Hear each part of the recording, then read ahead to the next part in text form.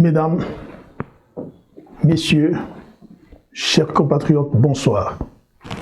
Bonsoir parce qu'il fait déjà 20h34 ici à Calgary, dans l'ouest du Canada. Mon nom est Richard Antoine Kapeta Kazadi. Comme je le disais l'autre fois, nous ne cesserons jamais de nous battre. Nous n'arrêterons jamais la lutte tant que notre pays continue à plonger la tête dans l'eau. C'est ainsi que je viens aujourd'hui avec une réflexion autour de deux questions d'actualité, hautement d'actualité.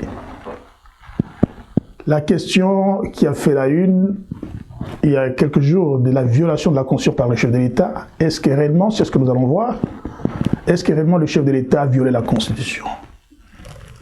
Deuxième question, c'est celui de l'imminence du gouvernement. C'est bientôt que le gouvernement pourra sortir parce que nous avons appris que M.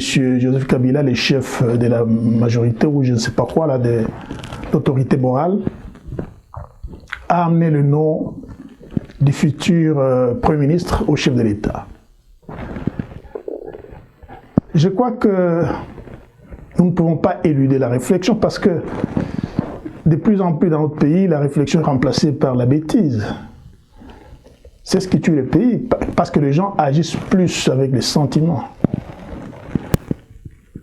Le chef de l'État a pris une décision, trois importantes décisions.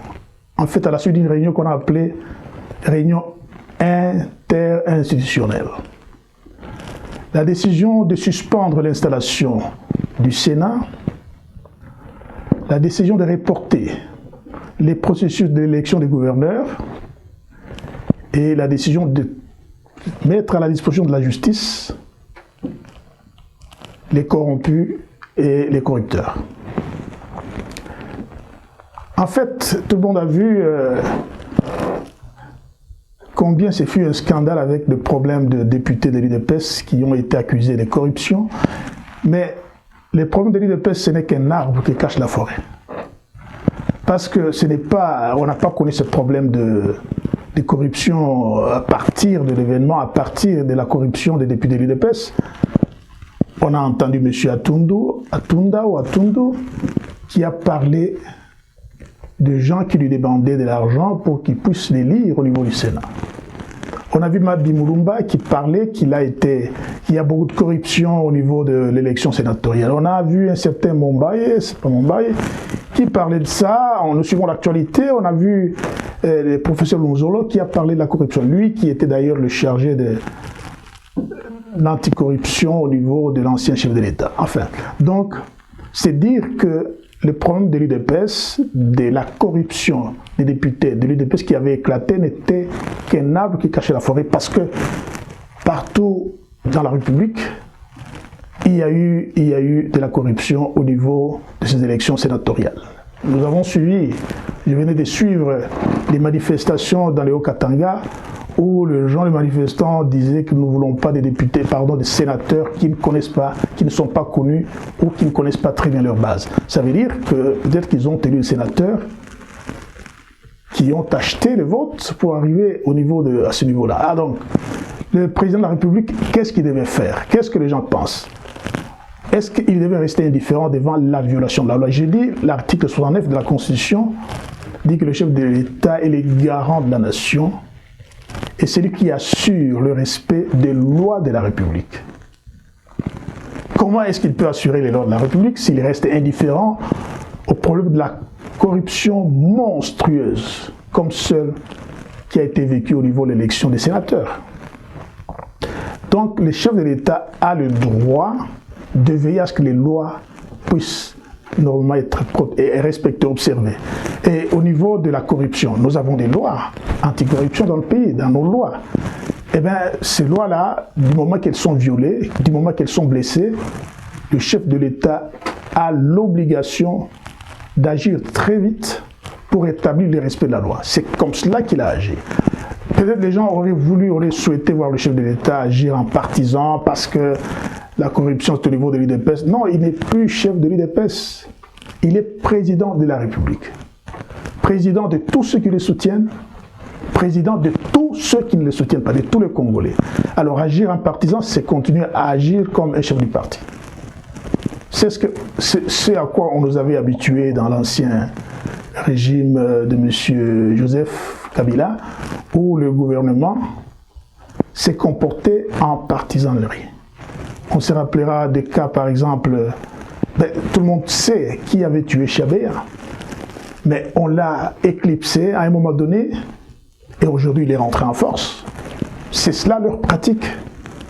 Donc on viole la loi, on couvre ceux qui ont violé la loi, et on veut que cette présidence de Félix Antoine Tshisekedi puisse agir dans la même veine, de la même façon. Non, c'est pour cela qu'il a inscrit la lutte contre la corruption comme étant l'une de ses grandes priorités, de ses grands axes, des grands axes de son programme. Eh bien, il y a des gens qui disent, pourquoi ne pas avoir des priorités? Mais lui a voulu que l'anticorruption, la lutte contre la corruption soit une priorité de son programme de gouvernement. C'est la corruption qui nous prive des recettes importantes de la douane, par exemple. Comment ne pas en faire une priorité? Si on arrivait à juguler la corruption qui est à ce niveau-là, nos douanes pèseront très sérieusement dans notre budget en termes d'apport de recettes. Nous voyons les petits-enfants dans les écoles qui corrompent les enseignants pour avoir des points. Donc la corruption, c'est une gangrène absolument qu'il faut arriver à extirper de notre vie nationale. Nous avons vu la corruption, par exemple, au niveau des forces de police qui font des barrières pour que les gens les corrompent. La corruption à tous les niveaux absolument, et les diplômes du Congo sont boutiqués dans tous les coins de la rue. Les gens qui ne vont même pas au cours parce qu'ils ont l'argent, eh bien, ils les obtiennent. On a vu beaucoup de cas qu'on ne sera pas cité ici, mais moi tous les Congolais le savent. Donc la corruption, c'est une gangrène absolument néfaste pour notre pays, et le président Félix Antoine Tshisekedi a raison de s'attaquer à ça comme priorité de son gouvernement. Alors, est-ce que le président a violé la Constitution? Je dis que non, le président n'a pas violé la Constitution. Il s'est référé à la jurisprudence, c'est-à-dire à tout ce qui a été rendu et qui a été pris comme décision, qui finalement font partie du droit du pays. C'est ça la jurisprudence. Et cette jurisprudence est basée sur ce que l'ancien gouvernement a fait, a posé comme acte. D'ailleurs, on nous dit que c'est sur base de la décision interinstitutionnelle que M. Kamera a été limogé de ses fonctions quand il fut président du Parlement. Comment ils peuvent refuser aujourd'hui que le président Félix se sert du même instrument pour pouvoir, du même organe de concertation, pour pouvoir décider dans le sens de protéger les lois de la République? On nous dit par exemple les élections qui ont été suspendues à Beni, à Yimbi, les ont été sur base de la décision interinstitutionnelle. Quand ils prennent ces décisions là-bas, ils trouvent que c'est normal, mais quand le nouveau président, le nouveau pouvoir le prend, on pense qu'il est allé très loin. Ils vont jusqu'à le menacer, à l'intimider. Non, à bas vos intimidations. Je crois qu'on ne se laissera pas intimider. Imaginez que l'un des ministres se permet de dire que le président Tshisekedi a joué avec le feu. J'ai été heureux de la manière dont, de la riposte de Durkab, qui lui a dit non, le président n'a pas joué avec le feu. Le président a allumé le feu qui va consumer plusieurs d'entre vous dans l'intérêt de la République. Ça, c'est très bien dit. Très bien dit. Et voilà, donc, le président n'a pas violé du tout la Constitution. Et certaines personnes se posent la question, mais pourquoi, par exemple, arrêter ou suspendre la décision de l'élection des gouverneurs? Mais écoutez, quel est le corps électoral qui élit les gouverneurs? Les corps électoraux, à ce niveau-là, ce sont les députés provinciaux. Mais ce corps électoral est déjà vicieux, il est accusé de corruption. Donc on ne peut pas laisser les élections du gouverneur avoir lieu. C'est hors de question. J'en arrive au problème du gouvernement, du premier gouvernement de M. le président Félix Antoine Tshisekedi Tshilombo. On parle déjà de l'imminence de ce gouvernement, de la sortie de ce gouvernement.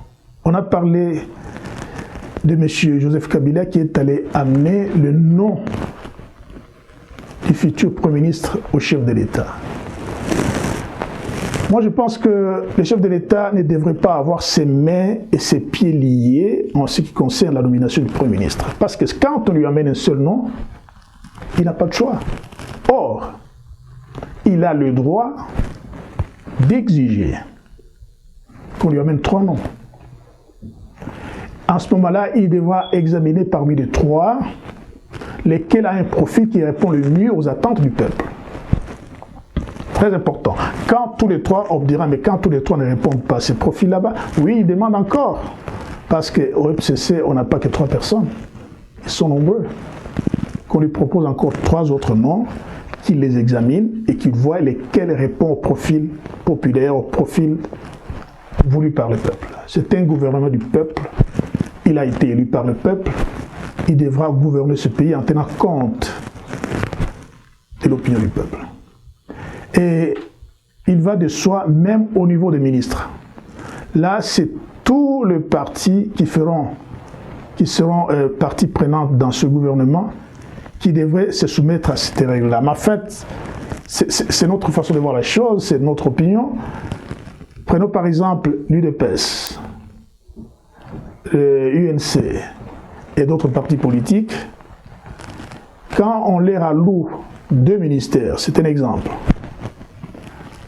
Pour ces 2 ministères, chaque ministère, il devrait absolument soumettre, même le parti de sa famille politique, soumettre 3 noms pour que le président ait la possibilité d'examiner profondément les noms qu'on lui a proposés et de sortir un bon ministre.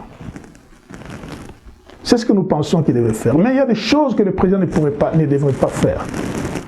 Nous n'obligeons pas le président de ne pas le faire, mais nous pensons qu'il y a des choses qu'il ne pourra pas faire. Qu'est-ce qu'il ne pourra pas faire? C'est de nommer un Premier ministre ou des ministres qui ont été impliqués dans les abus du manque de respect de la vie humaine, par exemple. Des ministres qui ont été impliqués dans les pillages du patrimoine national, dans les contrebandes. Et il y a des gens qui prennent au minerai, qui sortent de la manière dont on connaît. On prend notre uranium, il sort dans des contrebandes. Alors tous ces gens qui ont été impliqués dans ce genre de choses, absolument, ils ne devraient pas être des ministres. Ils ne devaient pas faire partie de ce cabinet-là. Les gens qui ont été impliqués dans les viols de filles, dans les viols de femmes, ces gens-là ne devaient pas faire partie du gouvernement. Parce que le gouvernement que le peuple attend aujourd'hui, c'est un gouvernement de la moralité. Il n'y a pas de vie publique, une véritable vie publique sans moralité. C'est ce qui a fait le problème, aujourd'hui, que ce pays soit dans le déclin le plus total. Nous étions un pays qui était parmi les pôles du développement de l'Afrique. Le Nigeria à l'ouest, l'Égypte au nord, le Congo au centre, et c'est les 4 pays autour desquels d'autres pays devaient se polariser, s'agglutiner afin de démarrer leur développement.